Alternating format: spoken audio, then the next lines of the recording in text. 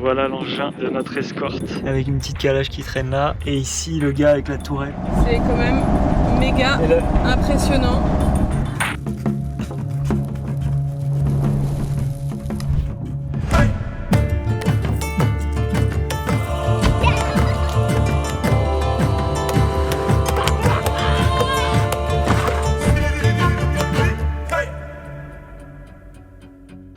Après une journée entière et une nuit passée à la frontière de la Jordanie, on entre enfin en Irak. Mais avant de rejoindre la première ville, on doit traverser ce grand désert sur plus de 400 km. La zone est assez dangereuse, alors l'armée irakienne décide de nous escorter.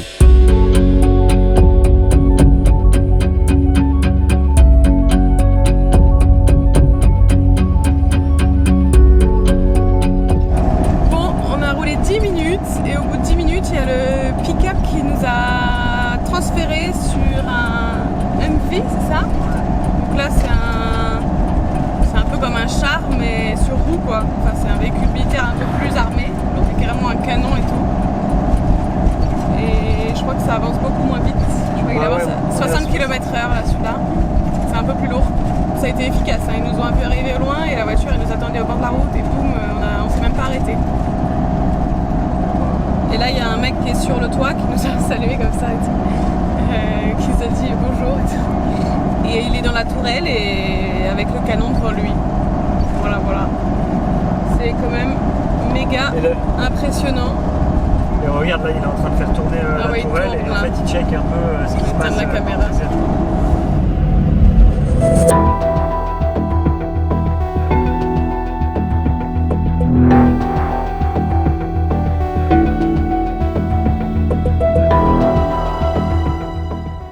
En fait, depuis ce matin, il y a plein de voitures sur... on s'arrête? Ah non. En fait, depuis ce matin, sur la route, là, il y a plein de voitures personnelles qui ont passé la frontière. Donc, voilà, juste des familles qui voyagent avec des taxis quand même qui bombardent bien. Ces voitures-là sont pas du tout escortées, mais nous, je sais pas, vu qu'on est des étrangers, je pense qu'ils ont préféré nous escorter. On sait pas trop, on comprend pas trop ce qui se passe.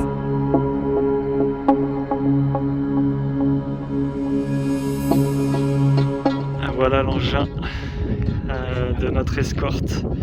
Il me montre l'intérieur du Humvee avec une petite calage qui traîne là. Hop, les équipements. Et ici, le gars avec la tourelle qui est là-haut, qui peut passer directement de l'intérieur jusqu'en haut. C'est impressionnant. Tu veux voir dedans?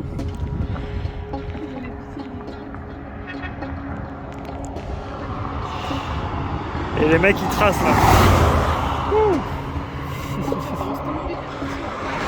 Bon, ça y est, je crois qu'il y a le deuxième Humvee qui arrive. Il y a la tourelle mais pas la mitrailleuse. Il va faire demi-tour et puis on le suit. Ils lui disent de... Ok, je vais prendre, goodbye.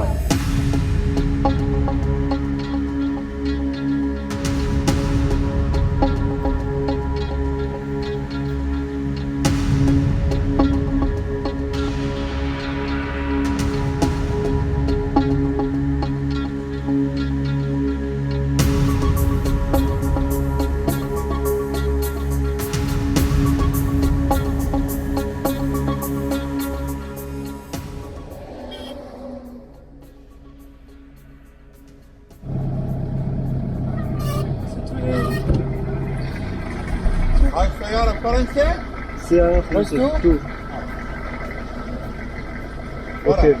Ok, faut que je les suive de près. Ok, goodbye.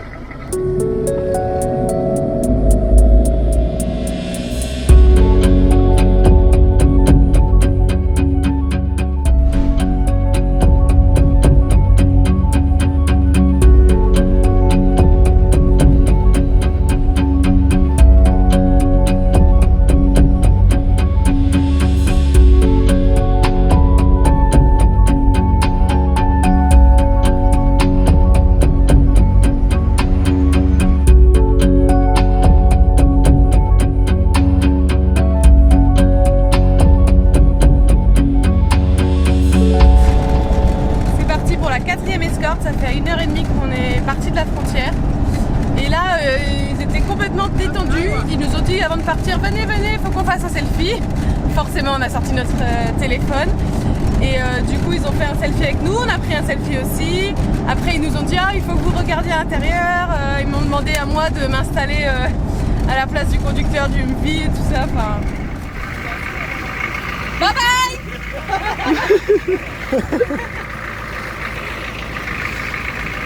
Alors c'est comment? C'est rustique.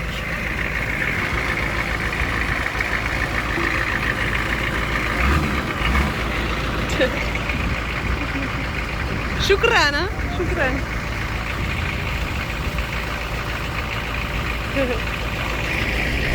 Aïwa. Et puis après je suis monté sur la tourelle là pour voir un petit peu la mitrailleuse.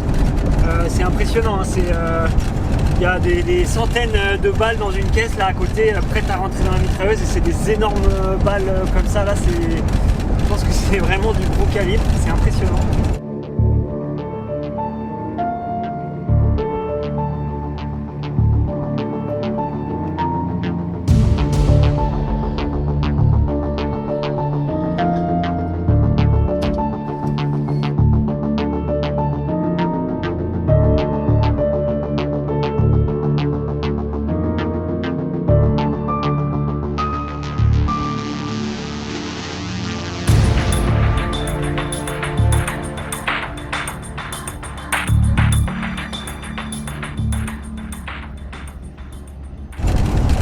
Et là je suis super content d'avoir résolu tous les problèmes de mécanique avec Léon.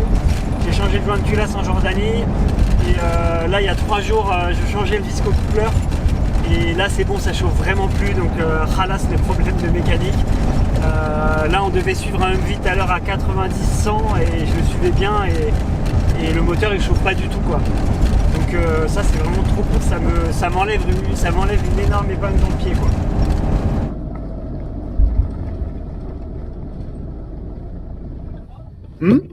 Non, non, we have.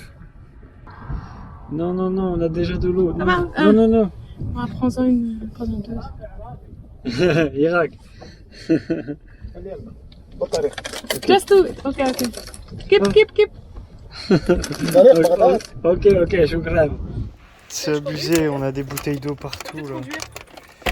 Ouais, vas-y, tu peux conduire si tu veux.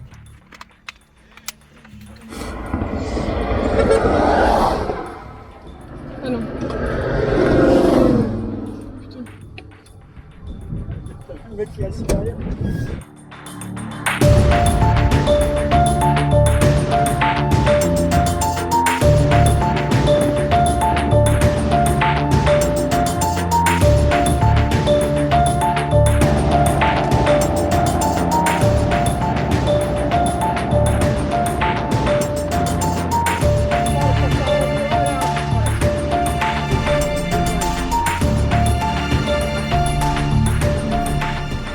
Ça y est, ils viennent de nous lâcher la dernière escorte là. On a fait 140 km en 3 heures avec je sais pas combien d'escortes, 6 ou 7, un truc comme ça. On va voir si on a d'autres escortes plus loin. Ouais, il y a une file, donc je pense que c'est bon maintenant. Mais voilà, en tout cas c'était très rassurant les escortes. Merci à eux. Et merci à eux. Enfin voilà, on n'a rien payé pour tout ça. Et surtout, on n'a pas du tout attendu au checkpoint. À chaque fois, quasiment, le véhicule prochain était prêt. Et donc les roulements se sont faits assez vite.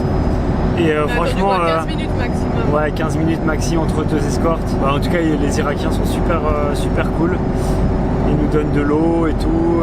Il y en a qui nous prennent en selfie. Enfin,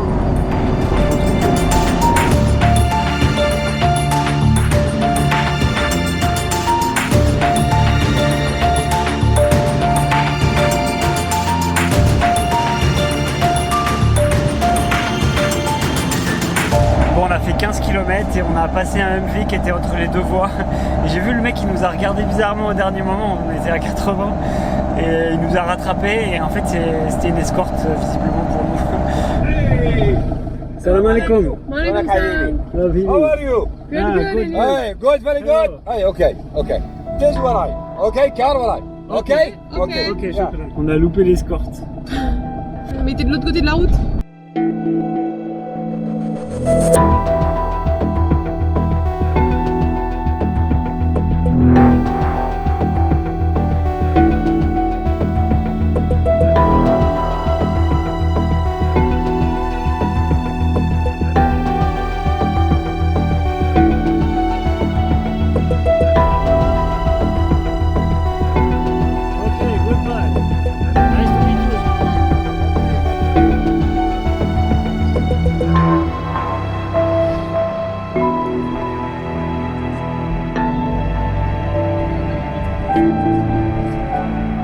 Allez, c'est parti pour la visite de Léon.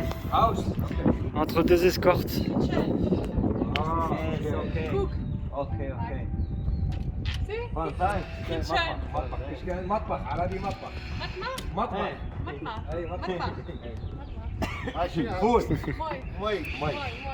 Voilà, ils sont en train de me montrer les impacts de balles. Tu vois, t'as les impacts de balles là. Le pare-brise qui est blindé, qui s'est pris une balle. Ah ouais, la vache, ça creuse profondément quoi. Là, ici, c'est un truc de fou. Et là, dans le pare-choc, tu vois, ça rentre là et ça ressort là. C'est pour ça que ils mettent de l'épaisseur. En fait, les Humvee à la base, c'est pas des véhicules blindés. Et du coup, ils rajoutent des petites protections de métal de 2-3 cm là. Et là, tu vois l'épaisseur des vitres.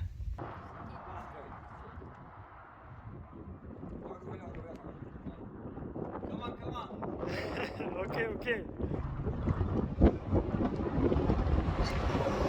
Alors là il est 15h, ça fait donc 5 heures qu'on a quitté la frontière et on est je crois à notre 12e véhicule qui nous escorte, relais, enfin ils se relaient, des fois ils nous escortent 5 minutes, après c'est un autre, enfin c'est... Et on alterne pick-up, Humvee et ouais bah... Là on attend quand même de plus en plus, on a souvent 20 minutes, une demi-heure d'attente entre chaque véhicule, donc on papote avec les militaires qui veulent nous prendre en photo et tout ça. Voilà, je sais pas où ça va nous mener ce soir, je sais pas si on va finir cette traversée parce qu'on avance pas très vite. En tout cas, l'ambiance est quand même très détendue, on sent pas aucun stress ou quoi que ce soit. Je sais pas si la zone est vraiment dangereuse ou quoi, mais enfin, tout le monde est super tranquille quoi, il n'y a pas... Il n'y a aucun danger apparent, on va dire. Et on est les seuls à se faire escorter, hein. Tous les véhicules passent sans vraiment s'arrêter au checkpoint. Ouais. On est à la station-service là, et on arrive, il y a une queue de ouf pour les camions, et on arrive et les gars ils nous disent non, il n'y a pas de diesel, il n'y a que de l'essence. Et il y a les militaires avec la Humvee qui arrivent, qui parlent aux mecs, et là ils nous disent bon ok. Donc je pense qu'on a une faveur. Et qui vont nous mettre un peu de diesel, mais je pense que c'est limité, ils en ont pas beaucoup.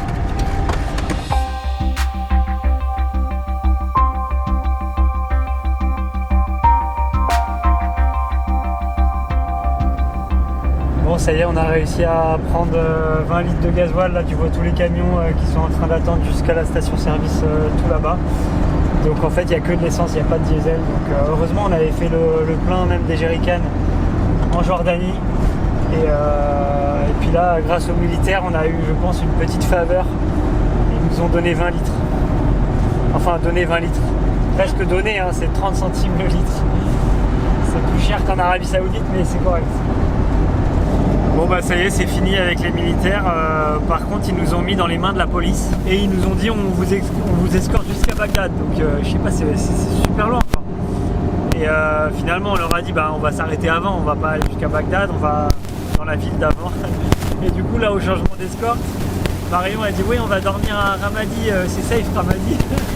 Et le gars il dit non Ramadi Daesh Ramadi. Il a dit Ramadi, parce qu'ils parlent pas anglais. Ramadi, Daesh, et moi j'ai fait là, parce que là ça veut dire non en arabe, c'est le seul mot que je comprends. Et du coup ils étaient tous explosés de rire. Tous pétés de rire. Et bien sûr c'était une blague, il n'y a pas Daesh à Ramadi. Les blagues irakiennes quoi. L'humour. On va essayer de trouver un hôtel, mais on n'a pas de carte SIM, on n'a pas internet, on n'a pas repéré les hôtels à l'avance, donc on va faire au feeling. On va voir où ils nous mettent. Voilà. Et il y a une semaine, j'ai été contacté par un Français, Mathieu, qui voyage en vélo. Le gars, il veut faire un record. Donc c'est un grand malade, il fait 200-250 km par jour en vélo. Et en fait, il n'a pas pris en avance le visa pour l'Irak arabe. Il peut juste aller au Kurdistan. Il était prêt à faire demi-tour, à annuler son voyage et tout parce que lui, il trace, il n'a pas le temps de faire les visas et tout. Je l'ai aidé, je lui ai filé plein de conseils et tout. Je lui ai trouvé une solution pour qu'il ait son visa. Et du coup, on devrait le croiser sur la route. Mais c'est vraiment un peu l'endroit le plus compliqué pour croiser des voyageurs. C'est l'Irak et c'est la route entre la Jordanie et Bagdad. C'est là où on est. Mais hier je lui ai envoyé un message quand on était à la frontière de se faire un bivouac ensemble à Ramadi Donc voilà, on va s'arrêter à Ramadi. Je pense qu'il va arriver demain ou après-demain. T'as vu, ils ont construit une maison en briques sur le coup.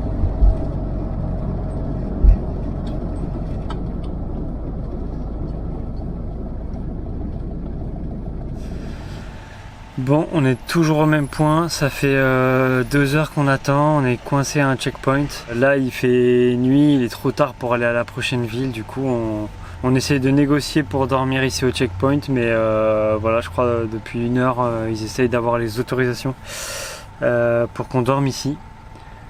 C'est très compliqué, donc là on est juste garé à l'arrache au bord de la route sous un pont, au checkpoint, et on attend. On est fatigué, on a conduit toute la journée, mine de rien c'est intense, hein, toutes ces escortes, tous ces militaires et tout, surtout que on essaye de filmer, prendre des images et tout, on prend aussi un peu de risque parfois à filmer et du coup c'est vraiment très très fatigant. Donc là on attend juste qu'ils nous disent où est-ce qu'on peut se garer pour cuisiner un petit truc rapide et aller se coucher, quoi. Mais là on est encore au bord de la route. Voilà quoi.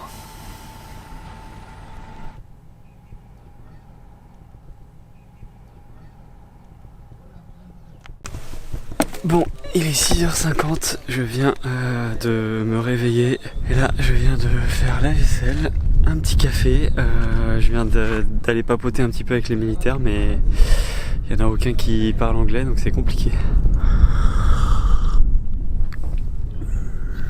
En tout cas j'ai super bien dormi, en fait à 21h hier soir j'ai lu un peu, mais à 21h je suis tombé comme une masse et du coup à 6h30 ce matin j'étais bien. C'était très calme cette nuit parce que la route est trop dangereuse, donc elle est fermée la nuit et là elle va ouvrir à 8h, donc il y a une queue de tous les camions qui attendent.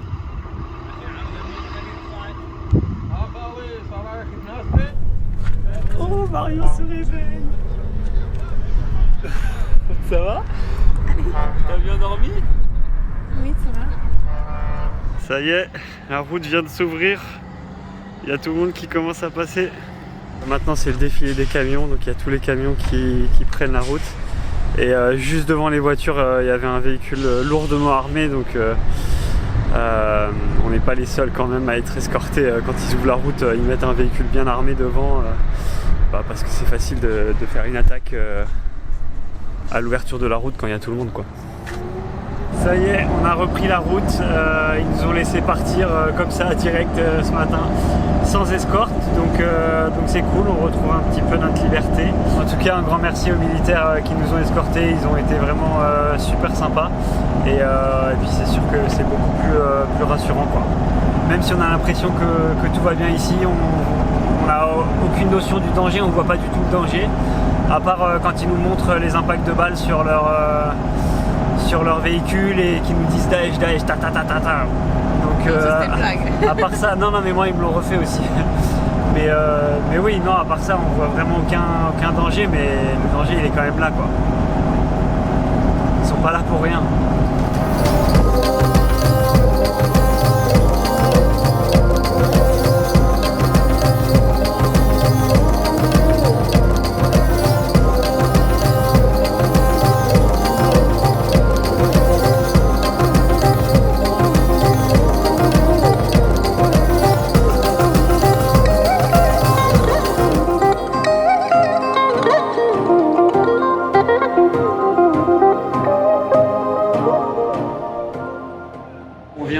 Dans la première ville d'Irak, un peu avant Bagdad, on est à Ramadi. Là on a réussi à choper internet pour avoir du wifi. Et en fait on vient juste de voir que hier en fait il y a 3 roquettes qui sont arrivées à Bagdad. Et en fait là on commence à comprendre pourquoi c'était galère hier au dernier checkpoint. Ils nous disaient, parce qu'au début on leur disait qu'on allait à Bagdad, ils nous disaient non Bagdad c'est pas bon et tout. Et en fait c'était exactement au même moment où ils devaient recevoir les informations sur les problèmes qui arrivaient à Bagdad, et du coup on a bien fait de ne pas aller à Bagdad hier, de s'arrêter avant. Mais du coup on va voir comment on fait pour notre itinéraire, on va peut-être contourner Bagdad. En tout cas là on en est loin encore. Mais c'est ouf à quel point quand tu as internet, on n'est pas informé, mais après les militaires ne nous auraient pas laissé passer. Wow. Petit déjeuner. Shukran. Et voilà le petit déjeuner. Trop bien. Sans vraiment le savoir, on se retrouve à Ramadi, ville détruite et occupée par Daesh en 2015. Impossible de camper ici, alors on cherche un hébergement et on comprendra vite que ce n'est pas une destination touristique et qu'il existe un seul hôtel dans cette ville de plus de 200 000 habitants.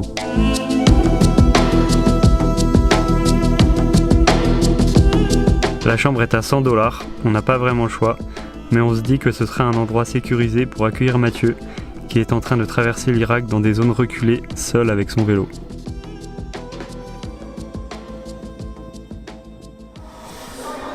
Bon, j'essaye de bosser, mais on est vendredi, donc c'est le jour de la prière.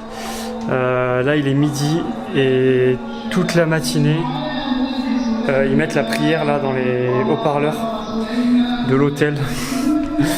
C'est pas facile de bosser et en fait, moi je suis là. Il y a d'un côté les haut-parleurs de l'hôtel et de l'autre côté, là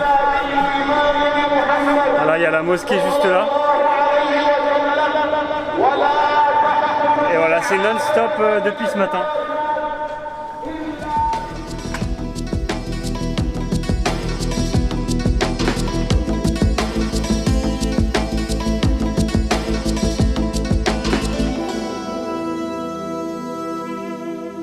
Après avoir passé la soirée avec Mathieu, on le redépose à l'endroit où il a arrêté de pédaler hier.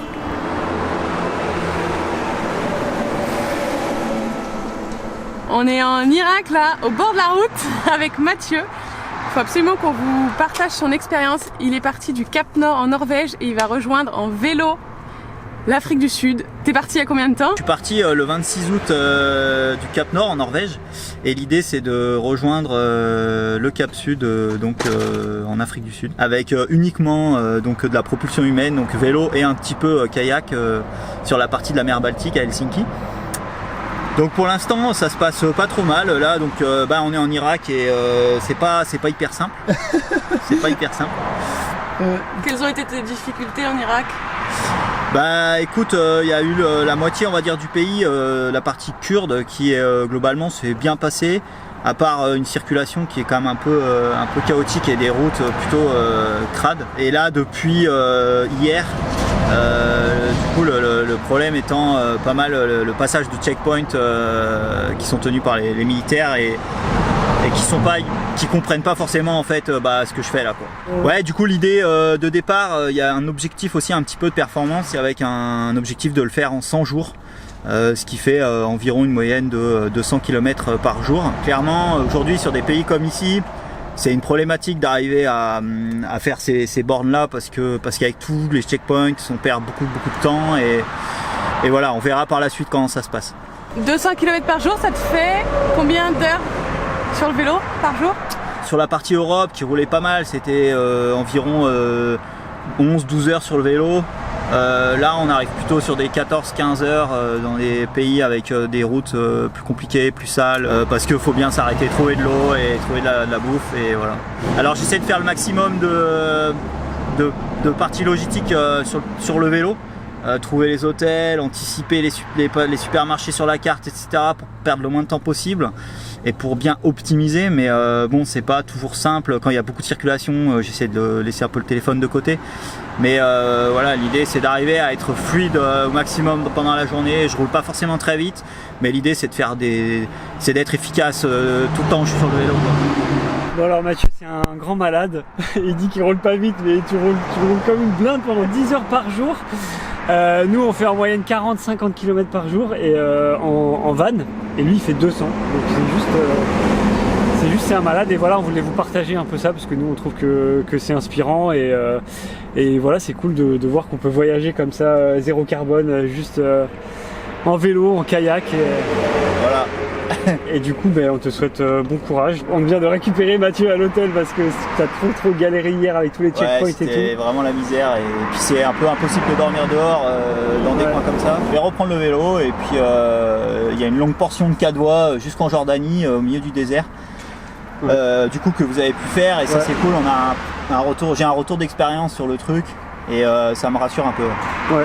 Ah oui, j'espère qu'on va pouvoir t'aider pour la partie africaine et tout ça. Ouais, carrément. Carrément, plein, c'est cool plein, de plein. pouvoir bénéficier d'expériences de voyageurs comme vous qui avez bien bourlingué là-bas. J'ai beaucoup de choses à faire pendant la journée et notamment faire du vélo. Et les temps un peu morts, c'est surtout pour essayer de prendre soin de moi, de manger, de me reposer, de dormir, ouais.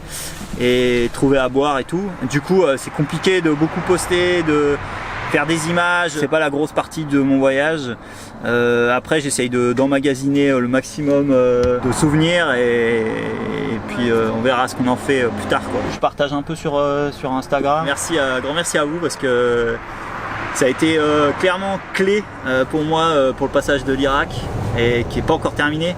Mais Non mais là t'as fait le plus dur. Là, ouais, mais vraiment alors là la partie qui reste elle va être je pense dure dans la tête mais peut-être un peu plus simple en termes de paperasse, de visa, de checkpoint. Ça s'est guidé maintenant. Voilà, ouais, il n'y a plus qu'à enquiller 500 km de désert sur les prolongateurs et go quoi.